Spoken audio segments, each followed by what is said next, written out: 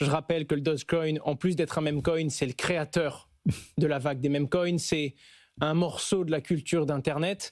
Et c'est même dans la plupart des institutions sérieuses qui se veulent avoir une notation plutôt réelle et intelligente de certains actifs, ça fait partie des plus gros actifs de la crypto et il revient souvent sur la table. Pour vous donner un ordre d'idée, la plupart des plateformes d'exchange au monde, quand elles listent le Dogecoin, aussi sérieux soit-il, ça fait partie des monnaies qui ont le plus de volume et qui sont les plus demandées par les utilisateurs. Donc il y a une réalité, si les gens en veulent, est-ce qu'on doit le lister? Par contre, ça pose une vraie question, est-ce que c'est une porte ouverte à tous les stablecoins? Et à ce moment-là, quelle va être la limite et le cadre que va poser la Security and Exchange Commission? Est-ce qu'il va y avoir des ETF spot? En tout cas, ça a bien profité au cours, qui s'est rapproché des 30 centimes au moment de cette annonce. Et globalement, je pense quand même que Dogecoin est bien au-delà de certains petits meme coins éphémères qui ont été créés pour profiter. Dogecoin a une histoire qui maintenant date de plusieurs années, qui est quand même robuste et qui est l'un des coins les plus suivis au monde.